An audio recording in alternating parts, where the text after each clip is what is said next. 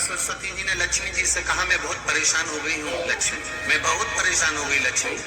लक्ष्मी जी ने सरस्वती जी से पूछा, क्यों परेशान हो गई सरस्वती, बात क्या है? सरस्वती के भ्रमण का समय भी है ब्रह्म मुहूर्त। आज भी हमारे यहाँ के बुजुर्ग कहते हैं जरा पढ़ने के लिए सुबह उठाकर, बोलते कि नहीं बोलते? कहते हैं। तो बच्चे कहते हैं मम्मी सोने दो ना, और माता पिता को मालूम है सरस्वती के भ्रमण का समय है ब्रह्म मुहूर्त।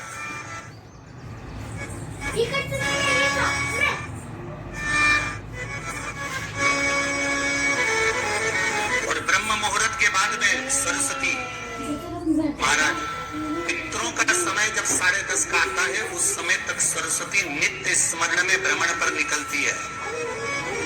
सुबह ब्रह्म मुहूर्त से लेकर सुबह 10:30 बजे तक बच्चा जिस चीज को पढ़ेगा वो भूल नहीं सकता, ये पक्की गारंटी है। इसलिए स्कूलों का जो समय होता था वो सुबह का होता था। स्कूलों का समय दिन का नहीं होता था, सुबह का 7 बजे स्कूल चालू हो जाता था और अच्छी अच्छी क्लासें पहले ली जाती थी।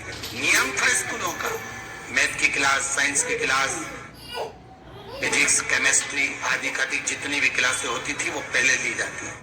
उसके बाद में जो साधारण क्लासें होती थी वो क्लासें बाद में ली जाती थी 10:30 के बाद। हिंदू धर्म देखिए कितना विचित्र है। आज बसंत पंचमी है इसलिए थोड़ा ज्ञात आ गया। सुबह 10:30 बजे से पहले पहले अच्छी अच्छी क्लासों को 7 बजे जब स्कूल चालू होता था तो लेना चालू हो जाता था। उन क्लासों को लेने के बाद जो हल्की क्लास आती थी वो 10:30 के बाद अर्थात हाफ मीटिंग के बाद चालू होती थी और फिर वो 12 बजे तक चलती और 12 बजे स्कूलों की छुट्टियां हो जाती। अपने अपने घर जाओ, स्मरण करो। क्यों? उसका कारण क्या है? इसलिए समय निर्धारित किया गया। पहले दोपहर का समय, अब आज का समय दोपहर का हो गया। क्यों? क्योंकि विद्या पर जोर कम है, इनकम पर जोर ज्यादा है। आज कोई एक अखबार में हमने पढ़ा था, अखबार जो आया था तो उसमें पढ़ा था कि जिस टीचर के यहाँ जिस कोचिंग पर बच्चा कोचिंग करेगा और अगर बच्चा फेल हो गया तो कोचिंग का जो टीचर होगा उसको पूरा खर्चा वापस देना होगा। आज के अखबार में था, हो हमने पढ़ा था, क्लेम लगेगा उस पर।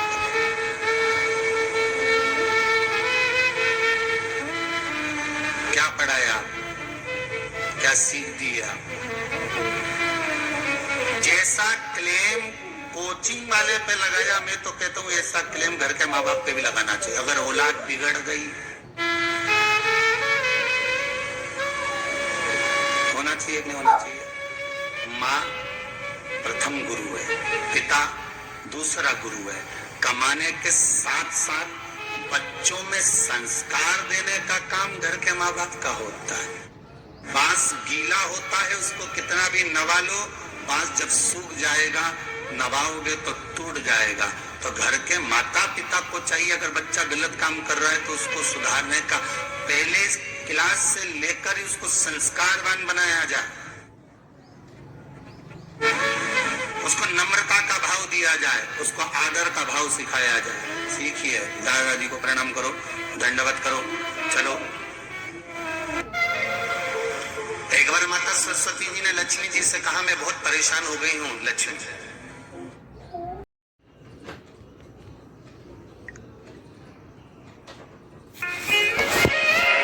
मैं बहुत परेशान हो गई लक्ष्मी। लक्ष्मी जी ने सरस्वती जी से पूछा, क्यों परेशान हो गई सरस्वती, बात क्या है? परेशान होने का केवल कारण इतना सा है कि मेरा काम है गायन करना, मेरा काम है जनमानस में जिसने बहुत अच्छा काम किया होता है उसका गायन करना, देवता में उसका व्याख्यान वर्णन करना।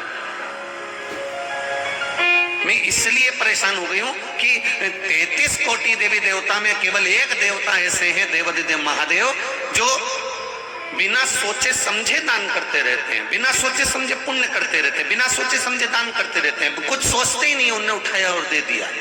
इनके दान का मैं व्याख्यान करते करते, इनके दान का वर्णन करते करते, इनके दान का गुणगान करते करते, इनके दान का महत्व कहते कहते कहते कहते मेरा मुख थक गया है। अब मैं करूं तो करूं क्या? इतने में लक्ष्मी जी बोली, जितनी तू परेशान है उससे दुगनी मैं परेशान।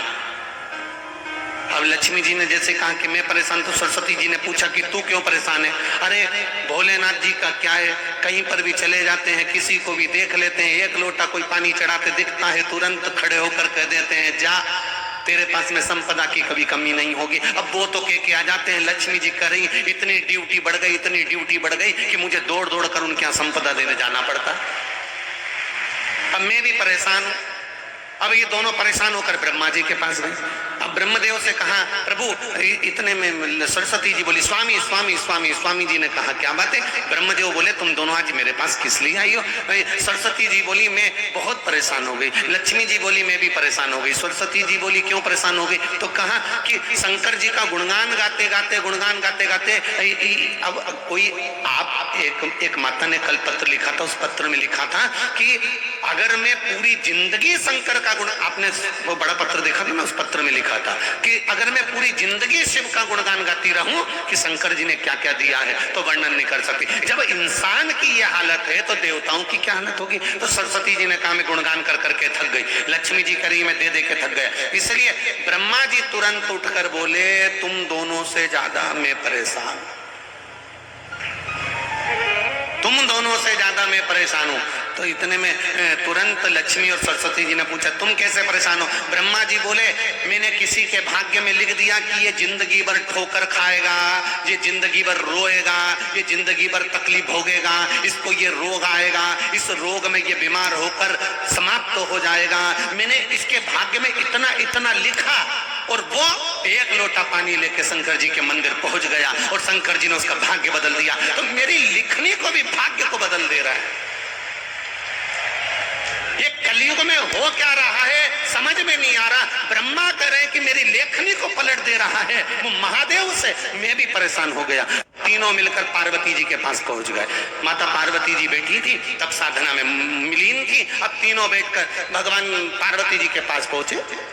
माता पार्वती जी ने पूछा ब्रह्मा, लक्ष्मी, सरस्वती आज कैसे आना हुआ? सरस्वती जी बोली हम बड़े परेशान हो गए, तुम्हारे पति तब पुण्य कर रहे, तब पुण्य कर रहे, इतना दान कर रहे कि हम बोल बोल के थके जा रहे। लक्ष्मी जी दे दे के थकी जा रही है। अच्छा, और ब्रह्मा जी तुम कैसे आए? ब्रह्मा जी बोले मैंने ललाट पर लिखा था कि ये दुख भोगेगा, तकलीफ भोगेगा, कष्ट भोगेगा, इसकी किस्मत में कभी मकान नहीं रहेगा, इसकी किस्मत में कभी जमीन नहीं रहेगी, इसकी किस्मत में संतान नहीं रहेगी, इसकी किस्मत में ऐसा रहेगा। मैंने कितना कितना लिखा था, पर वो लोटा भर के शंकर जी को जल चढ़ाता है और देवाधिदेव महादेव प्रसन्न होकर उनके भाग्य को बदल देते हैं। हम तीनों परेशान हो गए, इसलिए हम अपनी नौकरी छोड़ने के लिए आए हैं। हमें अब यहाँ सर्विस करना ही नहीं, जब हमारी चले ही नहीं तो हम करके करेंगे क्या? पार्वती मैया आप कुछ कहो। पार्वती जी बोली मेरा पति मेरे कहने में कभी नहीं चलता, मेरे कहने में चले ही नहीं तो मैं बोलूं क्या उसको? वो मेरे कहने में चलते तो मैं कह देती। फिर भी अगर आप कह रहे हो तो मैं बात करती हूँ। पार्वती जी भी शिव जी के पास गई, लक्ष्मी, सरस्वती, ब्रह्मा तीनों चारों शिव जी के पास गए। भोलेनाथ जी को एक लोटा जल चढ़ाया। शंकर जी प्रसन्न हो गए। प्रसन्न होते से ही बोले मांगो तुम्हें क्या चाहिए? इतने में ब्रह्मा जी बोले तुम ही देख लो, अब भी हो गया। अब भी एक सेकंड हुआ बस, तुमने पानी चढ़ाया और वो बोल दिया मांग क्या चाहिए। अब इतने में पार्वती जी बोली प्रभु बस इतना सा चाहिए। ब्रह्मा जी बड़े दुखी हैं। क्यों? इनने भाग्य में लिखा कि इसको ये दुख आएगा, इनने भाग्य में लिखा कि इसकी औलाद नहीं होगी, इनने भाग्य में लिखा कि इसको ये बीमारी आएगी, तुमने पलट क्यों दिया? ब्रह्मा जी तुम समझ नहीं सकते। चक्कर ये है कि मेरे पास कोई आता है, मेरा नाम ओघड़ दानी है। ओघड़ दानी का मतलब होता है जो कुछ सोचे समझे बिना दे दे। ओघड़ दानी है मेरा नाम। तो ब्रह्मा जी बोले तो तुम्हारे पास जो हो वो दो ना। शंकर जी बोले मेरे पास जितना था मैंने सब लुटा दिया, बस केवल डमरू अच्छा है, केवल अकेला डमरू और गले में सांप, त्रिशूल। और कोई भी अभी तक मंदिर में आया उसने आज तक नहीं किया कि तुम्हारा सांप दे दो। बोलो रे नोएडा वाले, तुमने कभी कहा हो जाकर कि तुम्हारा सांप दे दो? या तुमने कहा हो तुम्हारा डमरू दे दो या त्रिशूल, ना ना ना, आज तक कोई मंदिर में आके बोला ही नहीं कि तुम ये दे दो।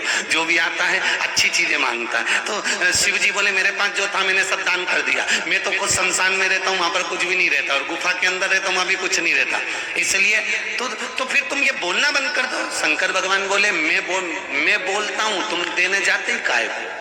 कौन ने कहा कि तुम जा?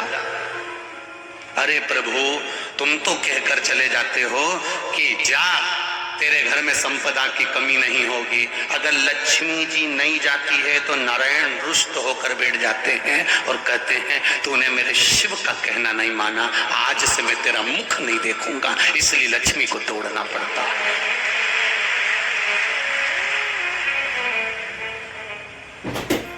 देवता भाग्य बना सकते हैं, देवता तुम्हारा भाग्य लिख सकते हैं, देवता भाग्य का लिखा तुम्हारे सम्मुख में ला सकते हैं। केवल भाग्य को बदल सकता है तो वो देवाधिदेव महादेव बदल सकता है। जो रावण को लंका दे सकता है, बाणासुर को हस्त दे सकता है, भस्मासुर को भस्म करने का आशीर्वाद दे सकता है, तो एक चोर को कुबेर बना सकता है, वो कोई साधारण नहीं हो सकता है।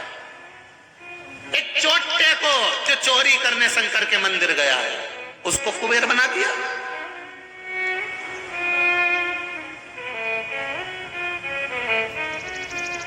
तुम एक लोटा जल लेकर शिव जी के मंदिर में जाते हो, विचार करिएगा, आपको लगता होगा एक लोटे जल से कुछ नहीं होता होगा। फालतू की बात, फालतू की बात। जो तुमको ज्ञान दे कि लोटा भर के पानी चढ़ाने से कुछ नहीं होता, लोटा भर के जल चढ़ाने से कुछ नहीं होता, जो तुमको ज्ञान दे तुम उससे कह देना तूने चढ़ा के देखा क्या? 2-3 महीने तू मंदिर गया क्या? दिल से चढ़ाया क्या? अगर तू मंदिर तक नहीं गया तो हमको ज्ञान देने वाला भी तू नहीं है। हमारी मर्जी, मैं चाहे जो करूं मेरी, मैं चाहे मंदिर जाऊं, मैं चाहे झाड़ू लगाऊं, मैं चाहे जल चढ़ाऊं, मैं चाहे पत्ती चढ़ाऊं, मेरी मर्जी। India Store is getting more likes than my reels. So wanna like invest, but कहाँ? Index mutual fund से start कर। India बढ़ेगा, Sensex उठेगा, और साथ में आपका इन्वेस्टमेंट भी। तुझे बड़ा पता है, अब स्टॉक से सिखा दिया। रिस्क और रिटर्न्स दोनों का एनालिसिस करके टॉप फंड्स लिस्ट किए हैं। खाता खोला क्या? Investment in the securities market are subject to market risks. Read all the related documents carefully before investing.